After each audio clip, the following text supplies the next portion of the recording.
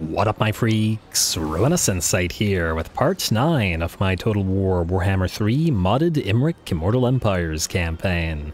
So as we saw last time, Imrik has completed the conquest of the Dragon Isles, though GATH himself remains undefeated, and due to his, well, not joining battle with us yet. Unfortunately for the Ogres joined battle with us in his place, and the Dragons did eat. Imrik racking up about 200,000 damage, while the Dragons obliterated the Ogres at Pigbarter. It went pretty well. In addition to that, we've gotten to the point where Arathon, the Silver and Talon, our Lord defending Caledor, is about to start getting some army retrofits, which he's been waiting for a while. And you know what? I guess we can begin on right now. Let's get you 5 Eagle Claw bolt throwers like so. And, well, I guess we'll wait for the next turn to get new stuff on the field. Next up, Imrik.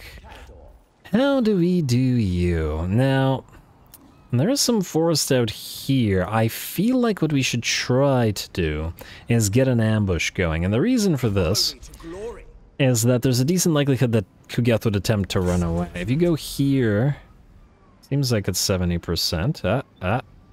Oh, it's 40% out here and then 70% here. Oh, nice. Stay here then. 45, 45, 70. Beautiful. Alright, stay right there. And Arwenel, you're going to go right there as well. And we'll try to force GATH into an ambush. Ah, damn, I was hoping to encamp you. Not that it really matters, mind, but, you know, it would have been nice. Anyway, I guess you can go into Lilith's Blessing and just wait as patiently as you can. Phaedon, you were moving north to Crookback Mountain, wherein you were going to begin recruiting our Lothar and... You know what? No, go this way. I don't want to get attacked by the rats. There's a full stack there, unsurprisingly, and oh, damn. More likely than not, this means there's another full stack at Black Iron Mine and another full stack right here with Ognag. That's quite a lot of rats. I mean, go figure, right? But, yeah, we'll need to be prepared. In fact, there may be a decent likelihood that we'll need to make use of Regiments of Renown. We also, last episode, got another Kane's Ring of Fury, so in addition to your Dwellers below, we can make some use of that.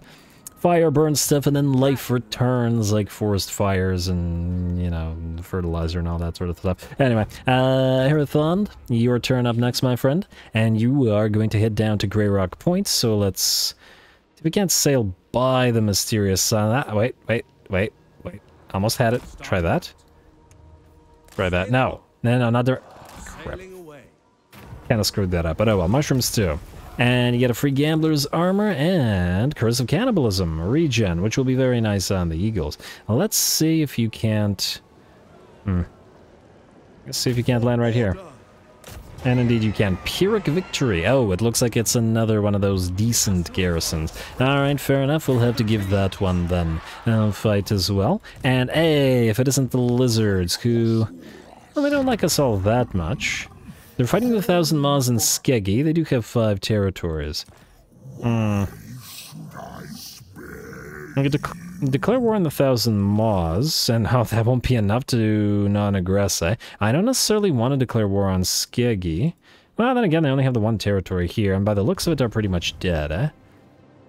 Alright, fine, I'm willing to risk it then. I'd like to be friends with these guys, so let's do this. I want lizard units in case the last defenders thing fails, so non-aggression pact, please. Mazda Mundi. Alright, plus they can sort of watch the borders over here. Relationship improving decently now. Alright, nice find, Arathon. Architect Luaran, you are headed to the Dragon Isles.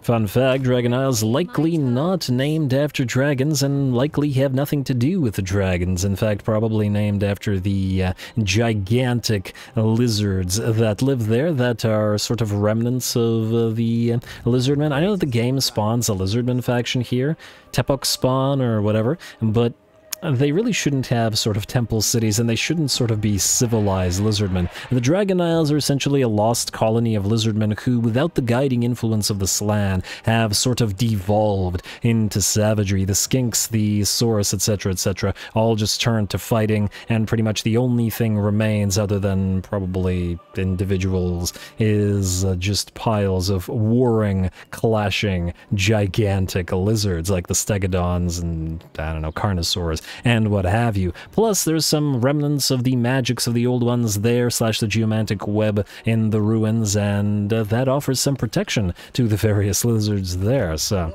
that's the Dragon Isles for you. Anyway, Ailair, clearly you're going to be needed here because our new army is going to have a tough time dealing with all those rats when we get it up and running.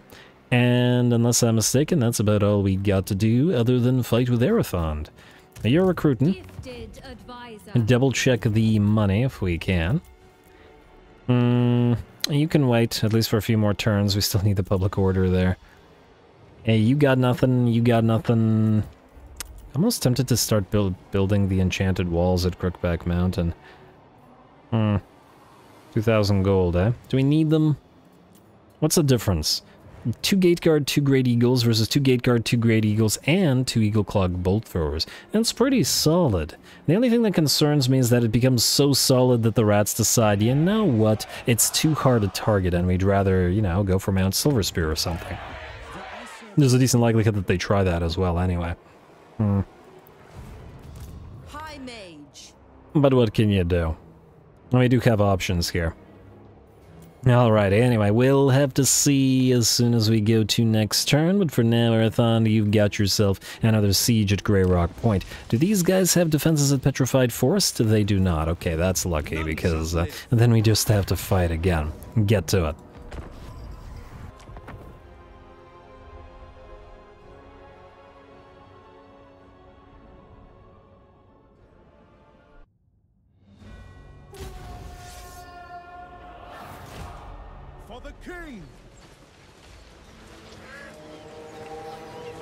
Alrighty, here we go again. Similar to the battle that we fought last episode, and it was a pretty darn tough one, since due to the presence of the enemy elites, the Executioners, Blackguard, Dread Knights, and the disparity in unit quality. So we're going to take this one a little bit more carefully, perhaps, than that time. We also got hit by, I don't know, some kind of spell ability, bound army ability, defensive ability, whatever, and have lost a few archers, or at the very least have taken some damage to them, so we're going to reposition in such a way that hopefully it won't be able to hit as many units. Again, as usual, the eagle pile, the blob of wings and talons, obliterates those towers quick as they can before moving to other things, and the rest of our army slowly but surely creeps forward, and just trying to engage as many enemy units or put them into range of our archers and to fire upon them. Well, it looks like we found ourselves a nice isolated unit here, a unit of bleak swords, and all the eagles together, led by Arathond, should be able to send them up packing. That said, here come those Dread Knights. Perhaps, though, the Dread Knights might be better used attacking our spears than they would be attacking Arathond, and the Eagle piles, Arathond can certainly absorb a decent bit of their HP, and the Eagles probably have enough damage to mob and start killing off those units. At the very least, I would imagine so. I guess we're going to find out. It's still a tier 2 unit versus a tier 5 unit, but it is with our Lord leading them, so... Well, let's see. Well, it looks like it's doing pretty good. The Cold One Dread Knights down to about half of their HP. The barricade is also probably interfering with them at least to some degree, so that's at least somewhat in our favor. The enemy probably would have been better off sending their Blackguard of Naggarond rather than the Dread Knights to deal with our units, especially since they can't leverage their mass against the Eagles. And we certainly can.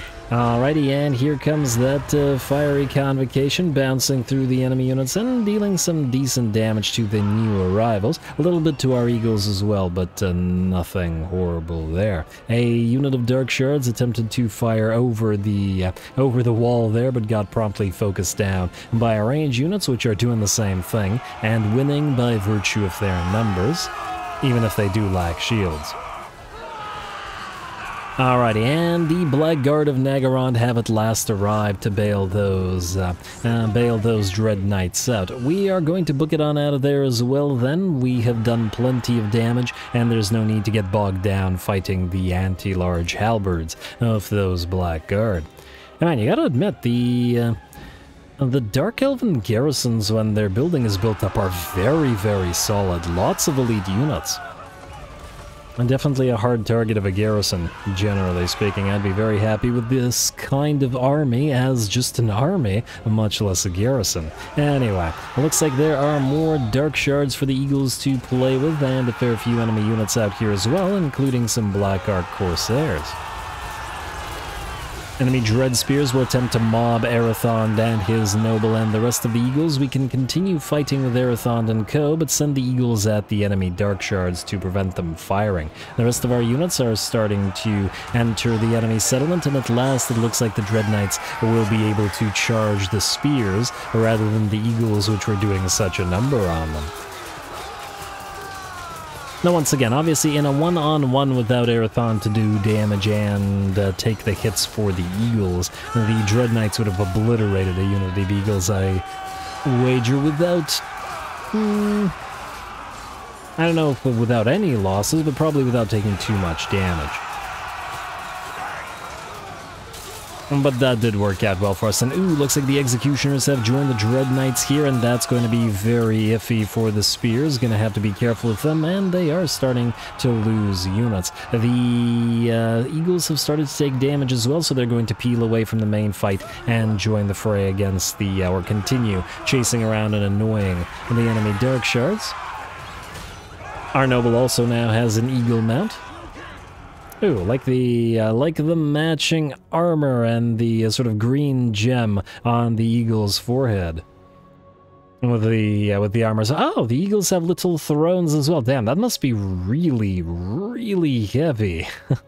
I mean, birds have like they have light, hollow bones, right? So I mean, I could get a throne on a dragon who's gigantic and is a lizard. But yeah, that seems pretty heavy for the eagle. At least the griffin is part lion, so... Anyway. I guess thrones for every type of flying. Oh, look at these two looking pretty good and coordinated. Still think we need a second noble in this army, but it'll probably be a fair while until we get sufficient capacity to do so, as we're not really prioritizing noble buildings at the current time. And ooh, looks like some of the Executioners are getting absolutely riddled with arrow fire, especially as they're the main focus, as they have been ripping apart our spears with gusto here. 63 kills on you, and one of our spears must book it on out of there. Fortunately, we do have range superiority and nice charge from Arathond as well. Huh. Does that mean those corpses look significantly larger than the elves do? Whatever. Not super important, I suppose. What is super important is making sure that the last of the enemy elite units rout and shatter, and that's what they do, at last giving the battle to us. One parting shot from the bow ability of Arathond. I always forget what this thing's called. Bow of the Seafarer. And with that, the battle is ours. Very nice. It went a lot better than the last time we fought one of these garrisons, as once again, we're not underestimating the enemy this time around. Nice statue of Cain.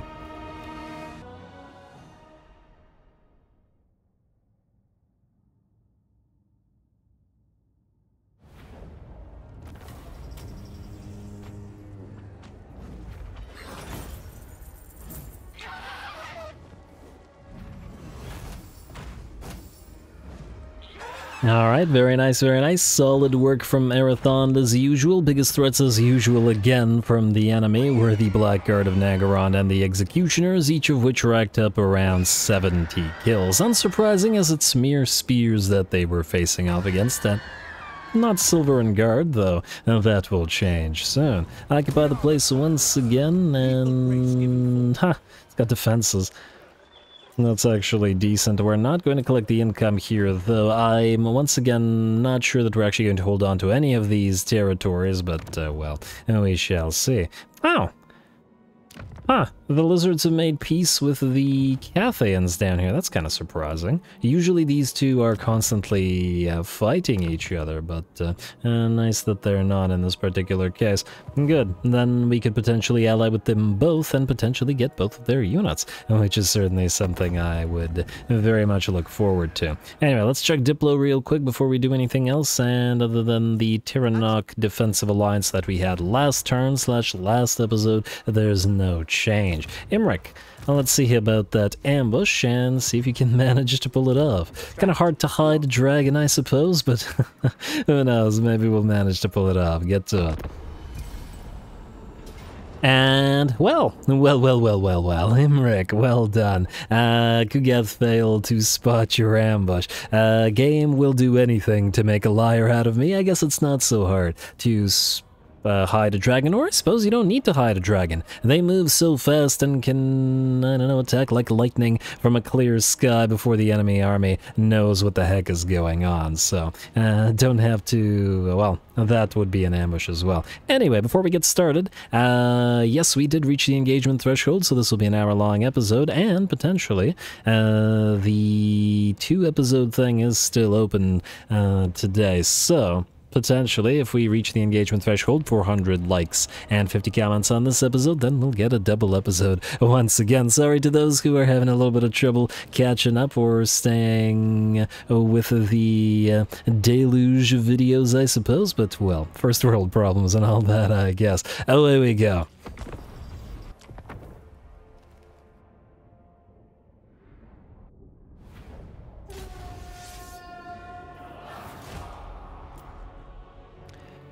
Alrighty, here we go. Kugath found at last, drawn into combat, and even ambushed. Dragonfire will hit the enemy exalted plague bearers.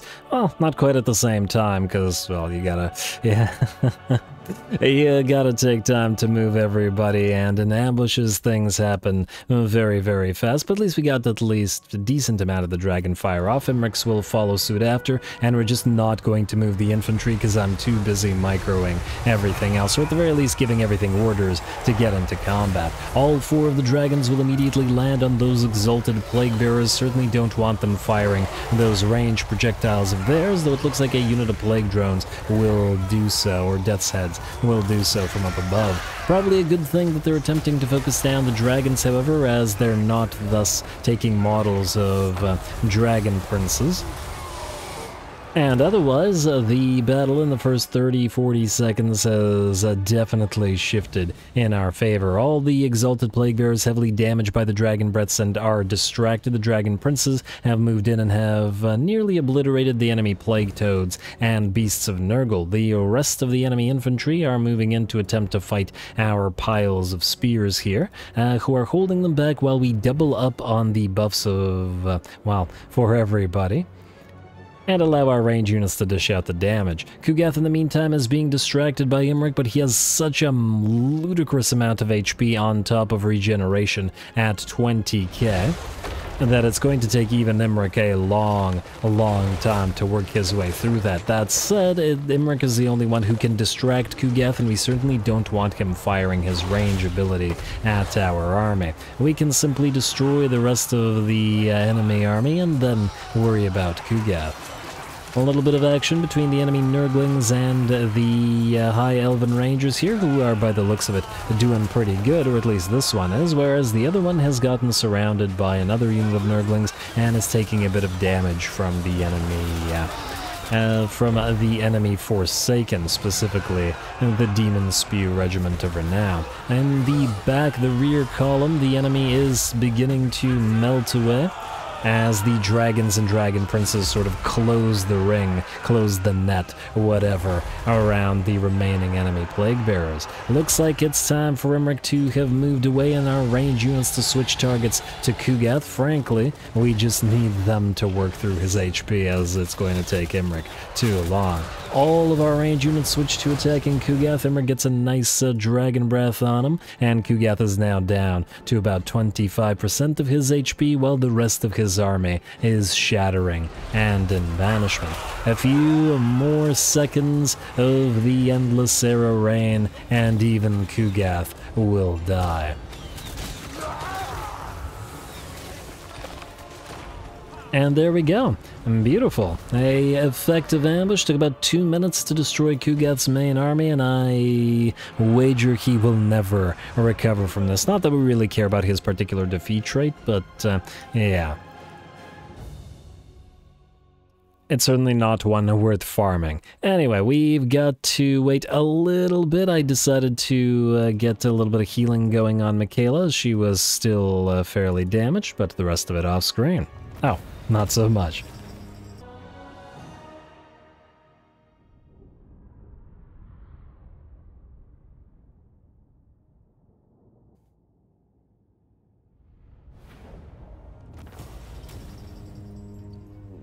Alright, nice battle. To the Wand of Jet is a little bit of a disappointing reward. Look at all that money. 4k from the battle plus 3.6k out of ransom captives as well. How does one ransom demons? I don't know, considering they've been banished, but hey, there's gold involved, so I ain't complaining, that's for sure. How'd the damage do? 26k damage on Imrik, which is decent, roughly the same on Michaela, roughly the same on Slayer, and it looks like they are the ones that took the prize. So, well done to all of them, and for essentially keeping pace with each other also. Manethner, you're a little too big for this screen, buddy. Can't even see Imrik anymore. Although I suppose knowing how prideful dragons are, that's probably exactly what you want. Oh, greasy. Greasy, greasy, greasy. We may have to take the opportunity to attack and destroy you here, and I know some of you guys wanted me to ally with the ogres, and there is, I suppose, some reason to do this. The thing that concerns me is that they don't like us. They just don't like us, essentially, since we're attacking their friends. And GREASUS does have a nice trading trait as well. It just feels too tempting. Plus we got the mountains here. Also, just out of curiosity, enemy killed in battle. We will have to move... Okay, there's that stack. Yeah, they're gonna go for Mount Silver Spear. Can't do anything about that. Oh, well, actually, we can march Stancia there. You might still be able to defend it yourself. Even with the relatively garbage... Oh my lord, yeah, it's a garbage garrison, but nonetheless. Anyway, what do we have here? Chance of plague spreading faction-wide, horde growth plus... GATH. If it was like, you know what this should be? This should be like +5 growth faction-wide. I mean, there's a lot of really strong defeat traits. This one's pretty meh. I mean, sure, chance of plague spreading is faction-wide, but it's really not a big enough deal. Oh, this guy moved here. What do we have in terms of defenses here? Shattered Stone Bay, not that much, but probably enough to destroy this little stack. I'm just wondering whether we can kill Greasy and move back to Scrap Towers. The thing is, we probably want this entire territory to ourselves now. He's at -31 and moving to -36. Certainly we could use influence to become friendlier with him, but at this point. The only thing that would concern me is, would we be able to... No, we wouldn't. Wait. No, we wouldn't. I wanted the defensive alliance with Jiao Ming, because he's friendly with Gold Tooth, so he won't necessarily like us attacking them. Let's see, Shambletown, Knobbly Gorge, I mean... If we ignore him and let him live, including his rather nice territories... And we could possibly even trade Scrap Towers to him rather than bothering with it ourselves. Maybe even force him... Is he... He's... Wait. He's allied with the... Ah. Well, that's interesting. Wait. Wait, these two like each other more or less, even though Goldtooth is allied to the undead. Oh, that's not good. Yeah, so the problem there is this. Once we attack the undead, who Goldtooth is allied with, Helm Gorst, I mean, Goldtooth will hate us even more. He might be willing to break the pact, but yeah, it looks like we're gonna have to kill him. I don't really see any way out of this.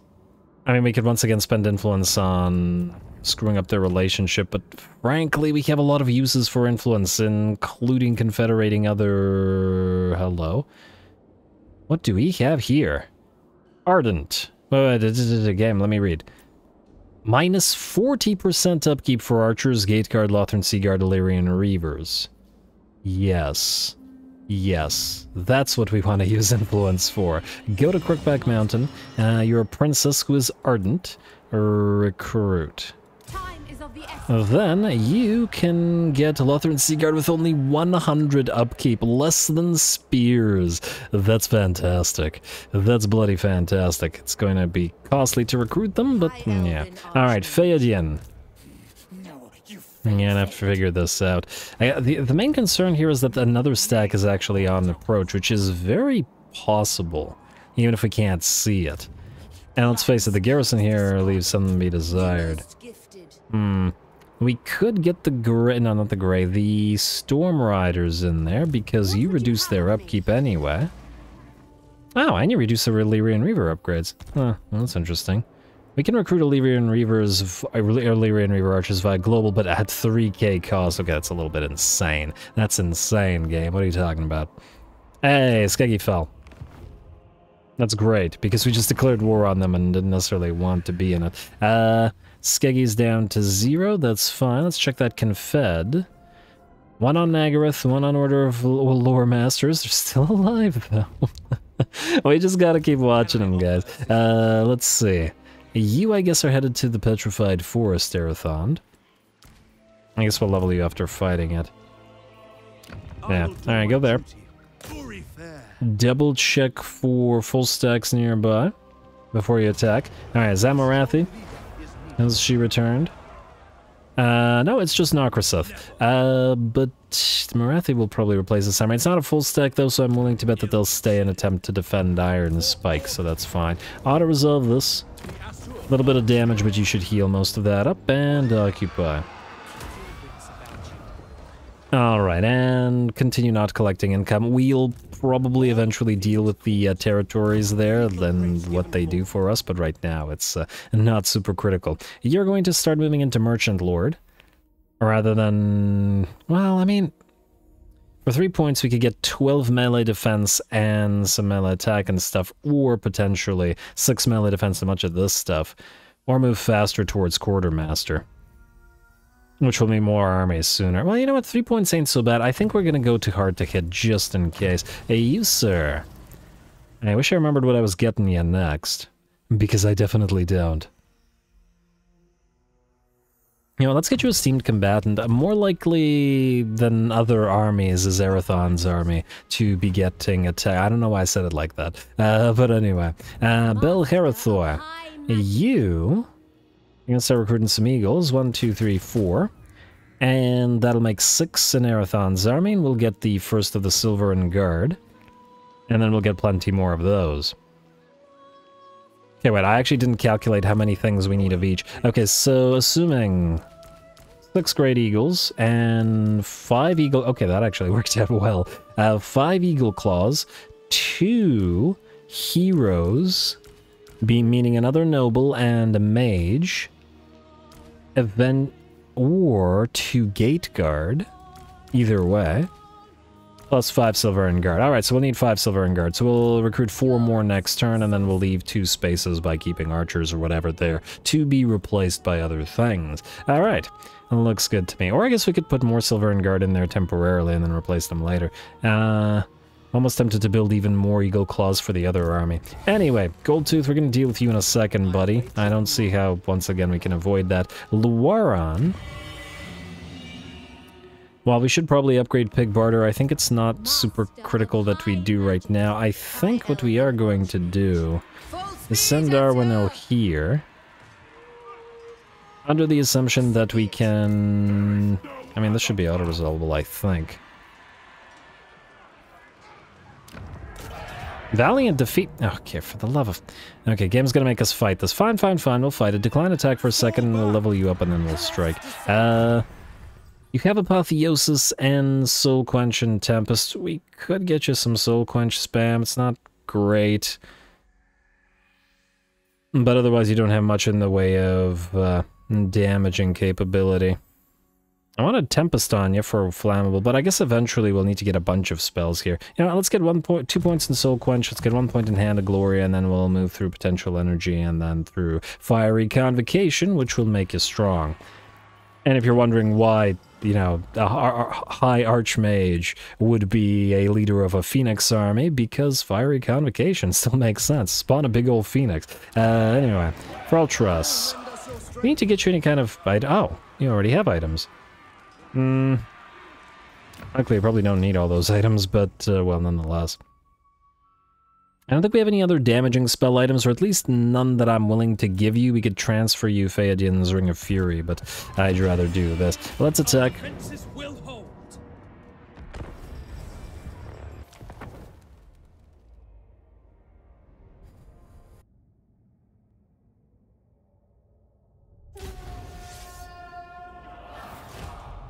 For the king! I will make my ancestors proud!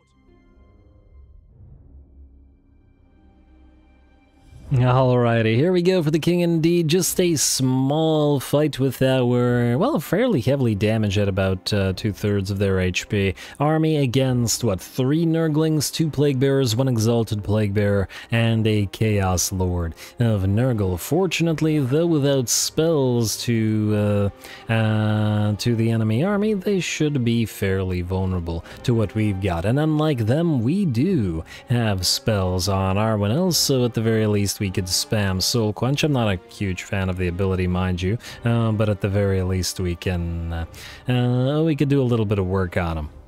We shall see. Anyway, we're going to slowly but surely attempt to take a superior position to the enemy. There's nice high elevation, well, decent elevation hill here, so we're going to take position up there, and before starting on the enemy, who decides to surge forth and move towards us. Kind of interesting that they do so, as it looks like they will surge forth because we're changing positions?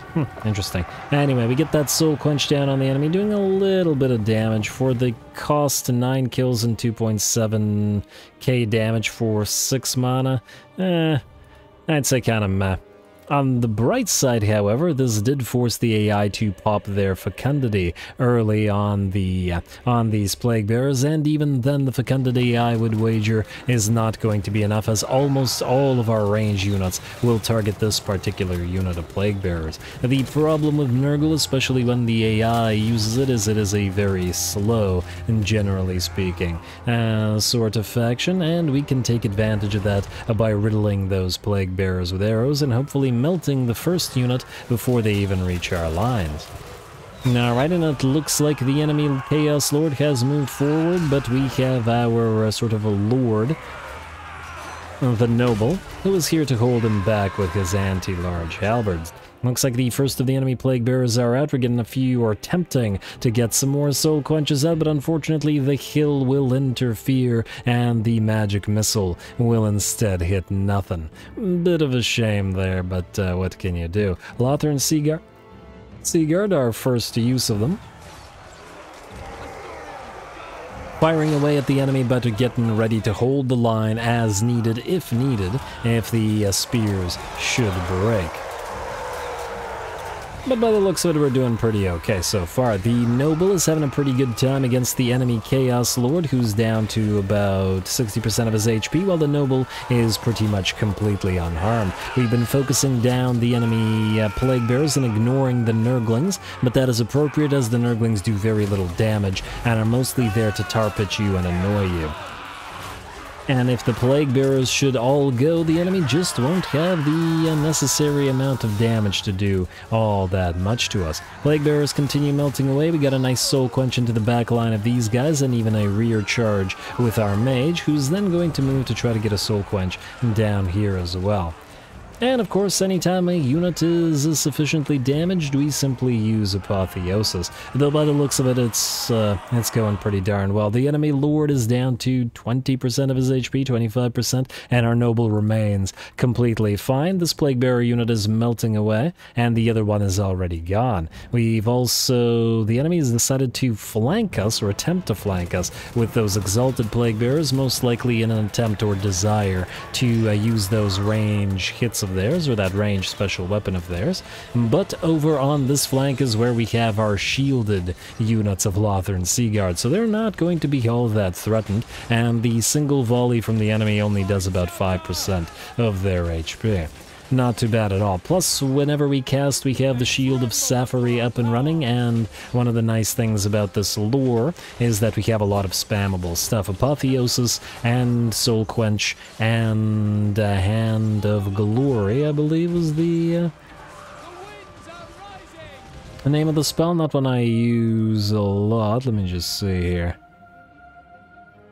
Yeah, Hand of Glory. Giving us for reload and melee attack, but also cheap mana and very much spammable, just like the rest of this lore's spells. So we could just keep that Shield of Sapphire and the 10% ward save up for as long as we want. Otherwise, it looks like the other unit of Lothern Seaguard, this one unshielded, holding off against the other Nurglings here with all the enemy regular Plague Bearers dead. Our units aren't particularly threatened and have barely lost any models in the fight so far.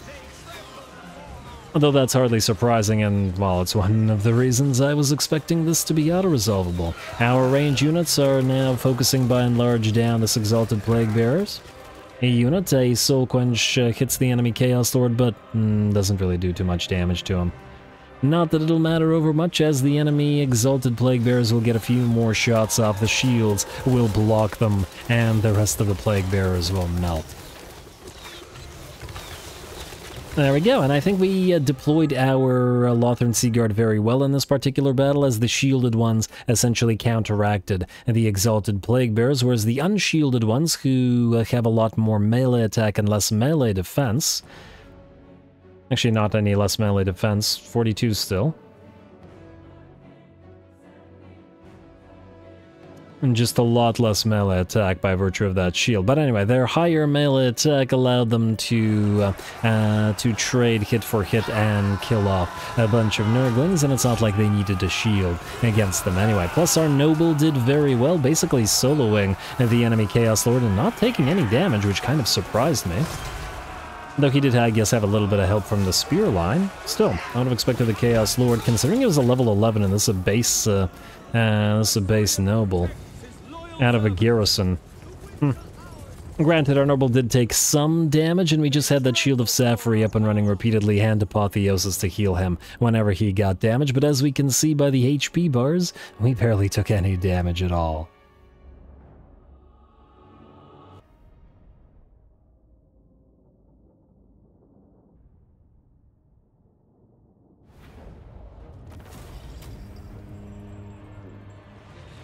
Ooh, an Obsidian Blade, a very, very strong blue weapon for that, and a good reward considering the auto-resolve was, I don't know what the auto-resolve is on 99% of the time, how that was supposed to be a valiant defeat when we suffered like 5% losses, and yeah, it was no problem at all, so yeah, anyway.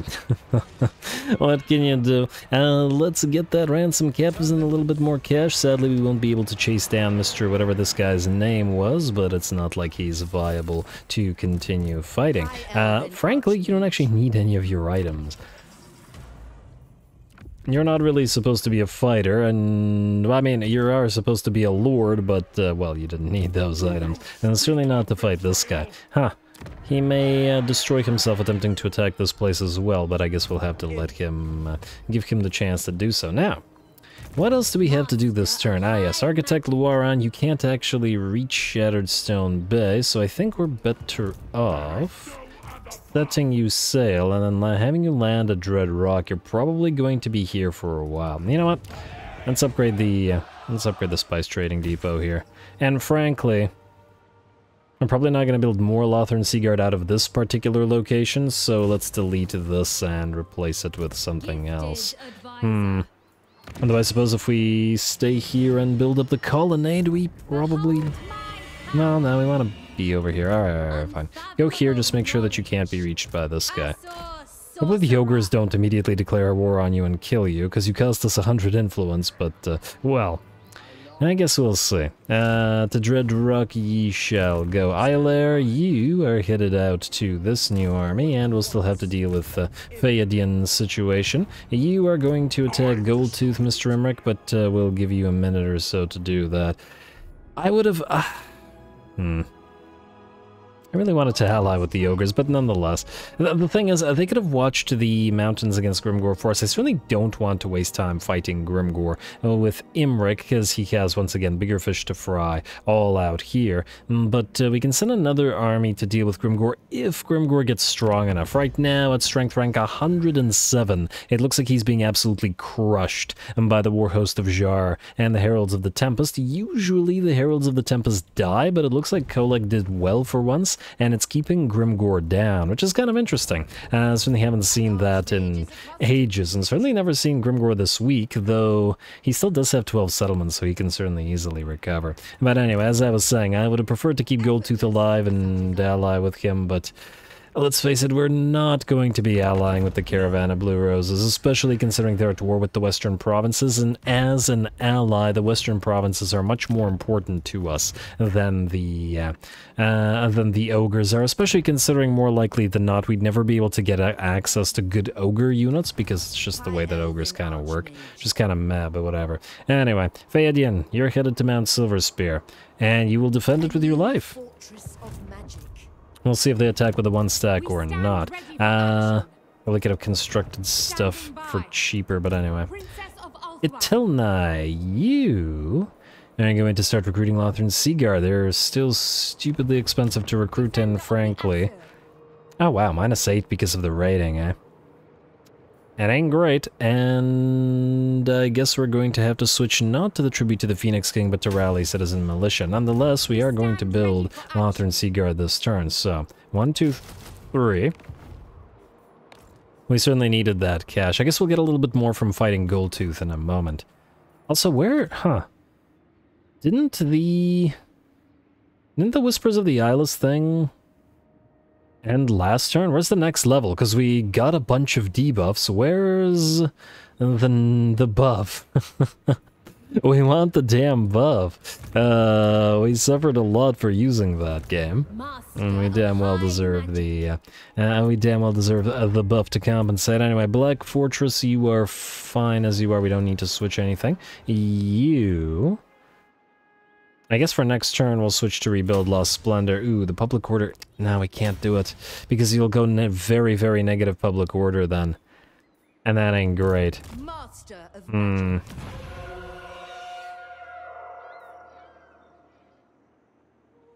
we really need to collect the money from here, so I guess we'll have to build at slightly more expensive...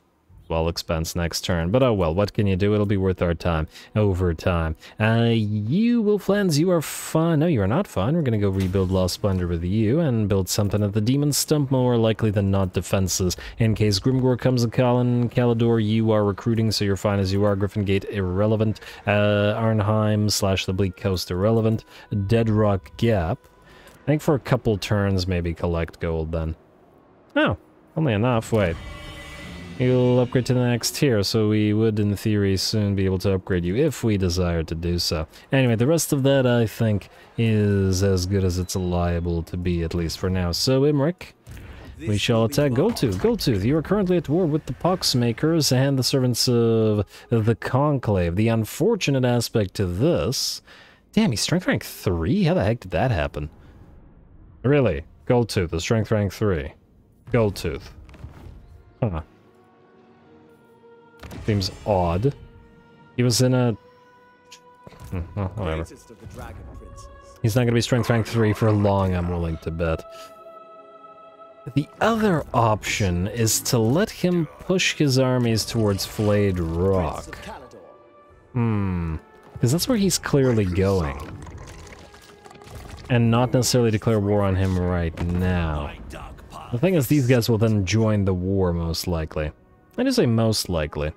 Maybe they won't. Maybe they'll say no. On the other hand, if there's one thing I've learned from the Kislev campaign, it's being surrounded by enemies from all sides. It's that, well, being surrounded... Oh, damn, wait. The Thunder Guts are also... We just pieced out with them, so if we force them into an attack... Break defensive alliance with Goldtooth. Minus 3.4. Oh, it's not bugged. Ah, it's a lot of money, though. Wait, Goldtooth. Out of curiosity. Break defensive alliance with Thunder Guts. Yours is bugged. Yeah, but making use of this is cheaty. Is there anything we could do? You're currently at war with the Conclave. You could risk declaring war on the Conclave and seeing what they do. 4.4. Not nearly as much as... Okay, you know what? 4.4 is worth more than the 3 or whatever that these guys were asking for. So to avoid the cheaty aspect, we'll do this. We'll join the war for the Conclave and then ask you to break defensive alliance with the Thunder Guts. Do we take any of their money? We should technically be getting about 1 gold of 1.0 gold of money. 1.0 gold of money? I'm making no sense today. Yeah, you know, this is what we're gonna do. And we'll peace out with the Conclave for after a while. Hopefully they don't take our territories. Once again, I'm not sure that they physically can. Thunder Guts... Yes. This will allow us to attack Goldtooth. Yeah. Alright, now... Wait. Because he broke the treaties with... Wait. There is another way we could potentially make Goldtooth an ally. And that would be...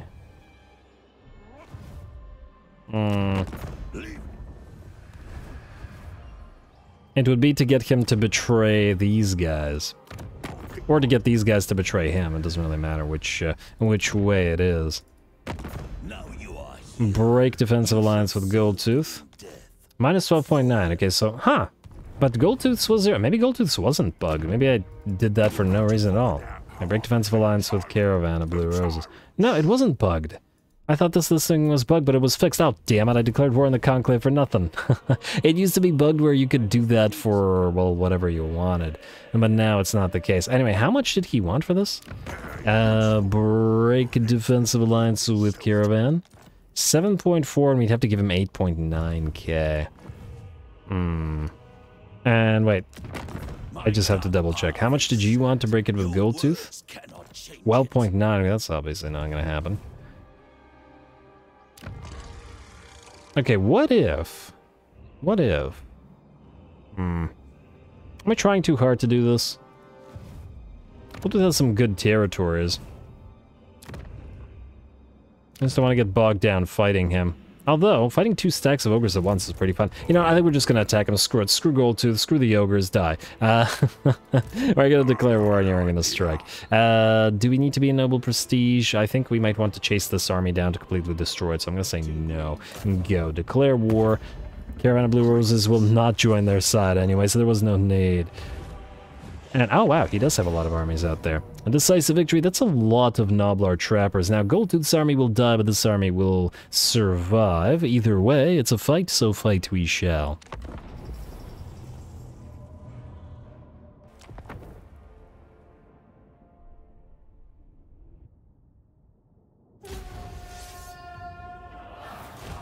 To battle! Alright, to battle indeed, the dragon flight, well, sets to flight, flies once more, I guess, against the ogres. Hope you guys enjoyed the big ol' anti-ogre fight, or fight with the ogres, last episode, because it looks like we're getting another one with these 2 stacks. And Greasy here. We do want his defeat trait due to the trade-focused nature of it. Though I suppose we could still attempt to ally with him. I mean, maybe if we take some of these territories and trade them to him, he won't hate us so much. I know, I'll consider it. Anyway, we've got the enemy Sky Striders, the biggest threat on the field, even if they're not the biggest, that has to go to Greasy. Yeah, Sky Striders, a pretty darn cool unit of Crushers, who did lose 2 of their number 2 Imrik's Star Dragon Breath. Meanwhile, Imrik has touched down upon GREASUS, but we've separated our dragons a little bit to get a few more of those fire breaths off. The anti-infantry fire breath of the Sun Dragons is better used against the enemy Noblar Trappers than it is against the enemy Ogres, and that's just what we do.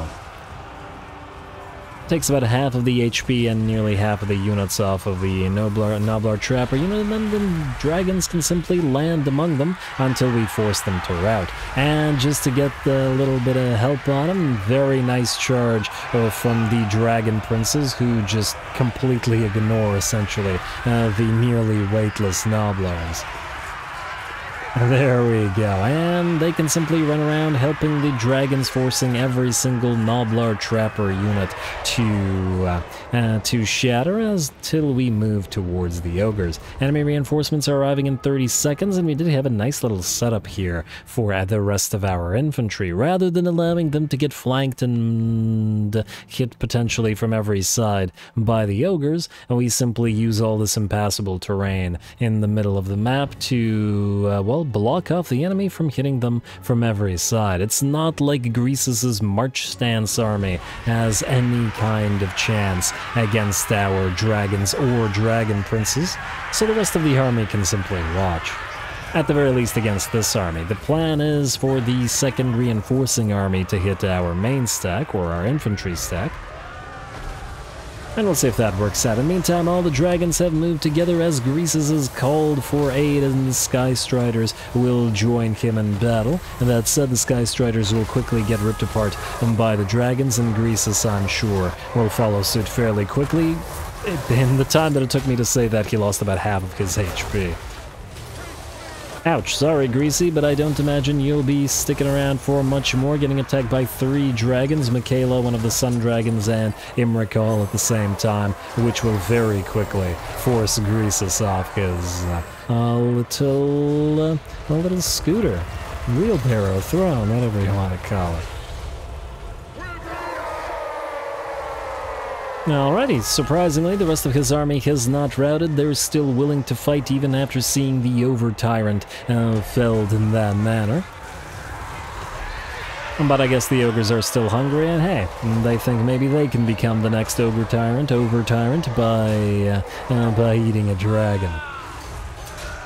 As to whether they'll manage to pull it off, I guess we'll find out. In the meantime, while the dragons continue the whole dragon blunder that they do in terms of obliterating the ogres, and the dragon princes are working just as well. And in terms of the damage, the dragon princes are completely fine here. Of course, they do travel with the noble, and Michaela's once again taken a little bit of damage, and frankly, it looks like the dragon princes are actually less hurt than the dragons this time around. Though I guess GREASUS does buff the Iron Guts, so they were doing more damage, and of course those Sky Striders did fairly well, I'm sure, as well. Actually, the Sky Striders didn't seem to do all that much. 1.7k damage. Not a crazy threat by any means. Out here, the enemy reinforcements have made it onto the field. And it looks like some of the ogres are having a fairly bad time running the gauntlet of arrows. They head towards the anti-large spears, only to suffer arrow after arrow blow to the face. And it looks like even the Iron Fists with their range blocking capabilities are having a pretty bad time here, though the enemy does manage to drop a Flock of Doom on us. And the Iron Fists booking on out of there. But the spears hold the line and the arrows continue firing over their heads and dropping ogres as they do.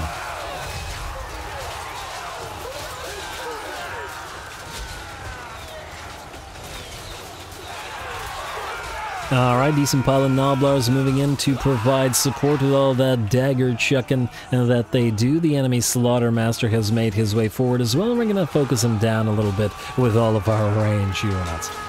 Once again, the problem with the size of the ogres is that it allows range units to fire over the top of regular infantry units, which for lords or for regular ogre infantry means they get focused down very, very quick. And unlike the Tyrant, the Slaughtermaster has very low armor, so even the regular High Elven archers do plenty well against him. It looks like the main or the first stack, GREASUS' stack, is pretty much done. We only need to force this portion of the enemy army to shatter. We don't actually need them to be destroyed, since that army is in march stance and is neither a threat nor are they liable to survive. Enemy Slaughtermaster continues to run and will put a flame storm right in front of him. He steps into the flames but does not walk out.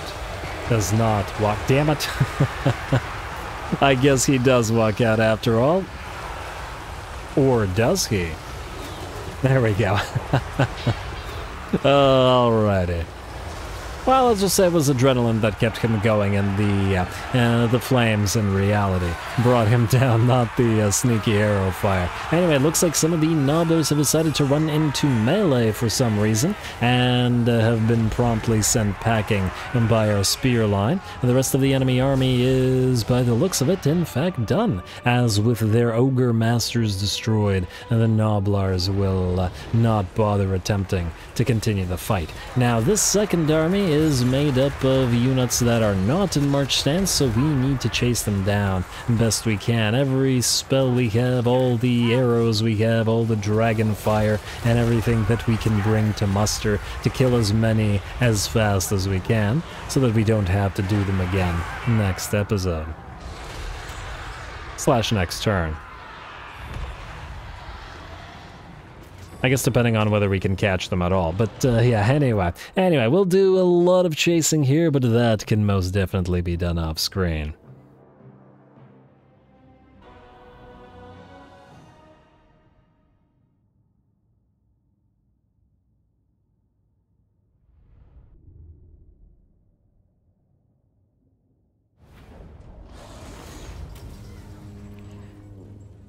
Oh, alright, there we go. That went pretty darn okay, and we got, what, like 8k for our trouble? It's pretty solid as well. Not quite 8k, but still. Very, very nice. Greasy didn't stand too much of a chance and barely did any damage in terms of our units. Looks like the Fireborn got the most kills, though that is at least in part from them running through the Gnoblar Trappers, while the Dragons were busy killing off the Ogres. Imrik topped out at 57k, and once again Michaela at 84. Very, very solid. We're gonna ransom the captives. And I'm curious to see how this affected Goldtooth's world rank right now, because he was at strength rank 3, and yeah, income from trade tariffs plus 10. This is one of the main reasons why defeating Greasy is a really good idea on Imrik, even if, well, even if he wouldn't make the worst ally. He's now strength rank 3 still, meaning he probably still have at least a few more armies out there, unless the game is counting the camps. I'm not sure that it is. I notice... Huh. High Elven Archmage. Damn. Well, we can kill off Gadden Thorg. But we will not, unfortunately, be able to reach the Kugat territories, which is a shame. I guess what we can do, though, I'll resolve this, is not to ignore them. I keep taking the money. Not to ignore them. An Armor of Caledor. Very, very nice. That's Armor of Caledor.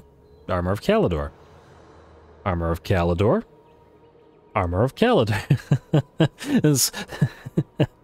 Spider-Man meme with the Armor of Caledors. But anyway, this isn't quite as good as Imrik's Armor of Caledor, let's say, so less ward save and a bunch of other stuff lacking. It doesn't give you heals, so not quite the same. Anyway, Imrik, you, my friend, are stuck where you are. As I was saying, what we could potentially do is have Imrik next turn take Flayed Rock, move Arwenel up like here, then march stance Imrik towards Scrap Towers, and then have Arwenel take that, while Imrik moves up and starts getting to work on Greasy's territories. Yeah.